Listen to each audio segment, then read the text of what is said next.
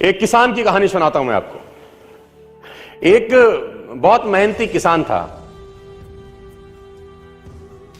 वो बहुत मेहनत से अपने खेत की रक्षा करता था, बीज बोता था, फसल उगाता था, उसको काटता था और पैसे कमाता था।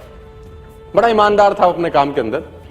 लेकिन अब उसका खेत बहुत बड़ा हो गया, पैसे उसने कमा लिए, तो आसपास का भी जमीन उसने खरीद लिया। अब उसको एक सपोर्ट सिस्टम का जरूरत पड़ा। अब उसको लगा मेरे से अकेले से नहीं होगा, तो मुझे कुछ ना कोई आदमी चाहिए जो मेरी सपोर्ट कर सकता हो। तो उसने इंटरव्यू लिया 2-4 लोगों का कि यार क्या तुम मेरे खेत में मेरी सपोर्ट करोगे, ये तुम्हारा सैलरी है। तो 4-5 लोगों से उसने सवाल पूछे कि तुमको एग्रीकल्चर के बारे में क्या नॉलेज है और तुम कैसे सपोर्ट कर सकते हो। तो सब लोगों ने उसको अलग अलग जवाब दिए। उसको किसी का जवाब समझ नहीं आया, तो उसने सबको रिजेक्ट कर दिया। एक लड़के से उसने सवाल पूछा कि तुम क्या करोगे, कैसे करोगे। तो उस लड़के ने बड़ा अटपटा जवाब दिया, समझ उसको नहीं आया, लेकिन उसने उस जवाब के कारण उसको रख लिया। उसने बोला तुम क्या करोगे। वो बोला I can sleep when the wind blows. जब बहुत तेज हवा चलेगी तो मैं सो जाऊंगा। तो उसको समझ नहीं आया, लेकिन उसने इसके अटपटे जवाब के कारण उसको रख लिया। इसका पता नहीं क्या मतलब है, देखते हैं। अब वो दोनों खेत की रक्षा करने लगे। बढ़िया फर्स्ट क्लास फसल होती थी, काटते थे। एक बार रात को जो मालिक था उन खेतों का, उसने दौड़ते दौड़ते ढूंढा उस आदमी को जिसने उसको नौकरी पे रखा था, I can sleep when the wind blows को। और दौड़ते दौड़ते गया क्योंकि बहुत तूफान आ गया। तो उसको लगा यार ये फसल मेरी खराब हो जाएगी और जितने भी जानवर बंधे हुए हैं ये सब इधर उधर भाग जाएंगे। तो फटाफट, देखो सो रहा है पागल आदमी, इतना तूफान में तो कम से कम इसको फसल की रक्षा करनी पड़ेगी। ऊपर कुछ डाले, कुछ करे, जानवरों को पकड़े, ये देखे। और वो अंदर गया तो वो आराम से मस्त सो रहा था। उसने बोला उठ, तेरे को पता नहीं कि तेरी नौकरी क्या है। उसने बोला मैंने तो कहा ही था I can sleep when the wind blows.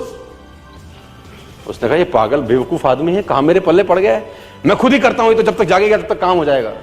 वो फटाफट जाके देखा, उसने जितने उसके पशु थे वो फर्स्ट क्लास तरीके से उसने बांध के साइड पे ऑलरेडी रखे हुए थे। जितनी फसल थी उसकी बढ़िया तरीके से उसने चौकीदारी कर रखी थी कि कोई तकलीफ नहीं है। उसने बोला जाके सो जाओ, मैंने काम ऑलरेडी पहले से कर रखा है। I can sleep when the wind blows. उसको समझ में आया, इसका मतलब बड़ा सिंपल ये था कि जब परेशानी आएगी तब काम करने की जरूरत नहीं है, काम हमेशा उससे पहले करके रख लेना चाहिए। तो ये जो अकाउंटेबिलिटी है ना यार, अकाउंटेबिलिटी बड़ी सिंपल है कि लोग काम तब चालू करते हैं जब तूफान आ जाता है ना। वो कहते हैं टेक अम्ब्रेला बिफोर रेन। आदमी को छाता हमेशा बारिश आने से पहले ले लेना चाहिए। और आपको पता होना चाहिए कि इस बिजनेस में आपका काम क्या है। यही टॉपिक हम लोग डिस्कस कर रहे थे। Recently I shared the dais with the chairperson of a five star hotel. अभी एक रिसेंट प्रोग्राम में मैं गया, तो वहां एक ऐसी डायस पे मैं बैठा किसी के साथ, तो चेयरपर्सन था एक 5-स्टार होटल का। तो मैंने बोला आपका जो होटल है, मैं नाम अभी नहीं ले सकता, इतना अच्छा करता है और इतना जबरदस्त करता है, तो उसके पीछे क्या कारण है। उसने बोला मैक्सिमम जो हमारे होटल्स हैं उस एरियाज में है जहां पर गर्मी बहुत होता है। बड़ा अच्छा जवाब दिया उसने मुझे। तो मैंने बोला फिर। कह रहे हैं बस जैसे ही एक आदमी चेक इन करने आता है हमारे होटल के अंदर, तो हम सबसे पहले उसको 2 चीज देते हैं, 1 गिलास पानी और एक वेट टॉवल, क्योंकि बहुत ह्यूमिड होता है जहां पर रिजॉर्ट्स हैं हमारे, जहां प्रॉपर्टी है वहां गर्मी बहुत पड़ता है। उसके मांगने से पहले देते हैं, ये हमारी सफलता का राज है। हम उसके मांगने से पहले उसको पानी का गिलास भी देते हैं और एक वेट टॉवल देते हैं। उससे बड़ी अच्छी फीलिंग आती है। ये हमारी सफलता का राज है कि ट्रेनिंग जब डिमांड हो तब ना दी जाए, ट्रेनिंग तब दी जाए जब उसकी डिमांड नहीं है। क्योंकि जब डिमांड होगी ना तो फिर ट्रेनिंग बनेगी नहीं बढ़िया से। मुझे आज भी याद है कि मैंने नया मर्सिडीज लिया 2012 के अंदर। मेरी गाड़ी का टायर पंचर हो गया।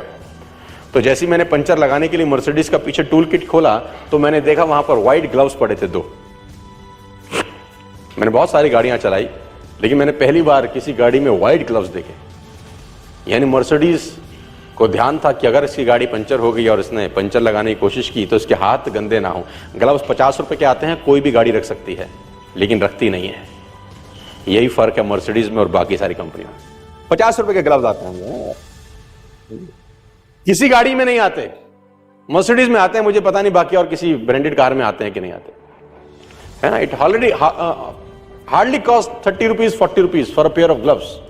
लेकिन देखिए वो कहां तक सोच रहा है आदमी, है ना, इसको बोलते हैं अकाउंटेबिलिटी, कि कहां तक सोचा जा सकता है। आपको इस बिजनेस के बारे में कहां तक सोचना है, मैं आपको एक कदम और आगे लेके जाता हूं तो आपको बहुत मजा आएगा। देखो, एवरेज नेटवर्कर मत बनना दोस्तों जिंदगी में। नेटवर्क मार्केटिंग एक बहुत बढ़िया प्रोफेशन है। 90% लोग नेटवर्कर तो हैं, लेकिन एवरेज नेटवर्कर हैं, एक्स्ट्रा ऑर्डिनरी नेटवर्कर नहीं है, एवरेज नेटवर्कर है। लेकिन आप मुझे बताओ, क्या आप अपनी लड़की की शादी किसी एवरेज इंसान से करना चाहोगे?